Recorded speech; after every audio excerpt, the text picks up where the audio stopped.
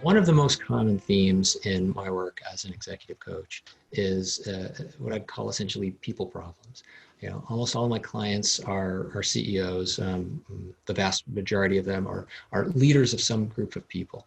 And the dilemma that they face, that they want to work with me on is the difficulties that they're experiencing. You know, in some cases with the people they lead and manage, in other cases with their peers, in other cases with investors or other stakeholders or authority figures. And in that work, I'm reminded of a great line from the eminent French film director Jean Renoir. And he says, the hell of life is that everyone has their reasons. And that's really important to remind ourselves of when we are met with somebody whose behavior we find frustrating or maddening or confusing.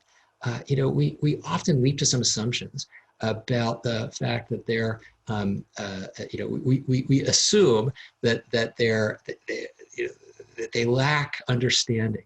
We assume that they're acting out of spite or capriciousness. We make a whole host of assumptions, which often justify our own perspective and are typically very unempathetic. And what we fail to do habitually is stop and ask ourselves, what is that person's reason? I find their behavior maddening or frustrating. They're getting in the way in somehow.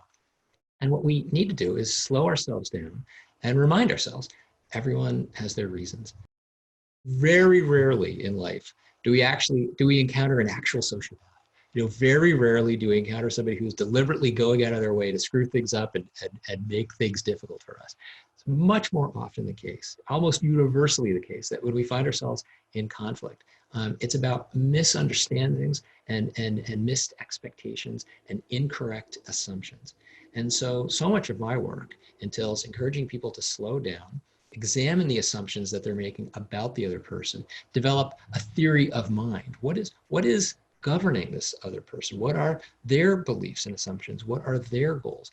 And can I allow that information to inform how I approach them? So rather than assuming, they're coming here to, they're taking these steps and actions to kind of mess me up and get in my way. Can I take a broader perspective on what might be driving them, what impulses or reasoning might be informing their behavior? It's also important to bear in mind that in some sense, all behavior is adaptive. And so when we run into behavior that we find frustrating or confusing, it's important to ask ourselves, well, what are they adapting to? And for a leader, it's especially important to ask, are they adapting to me? Am I, in some sense, creating a condition that they're finding the need to adapt to that I might find frustrating? So is there something that I can do to change how I'm showing up and influence the environment in which this other person is operating?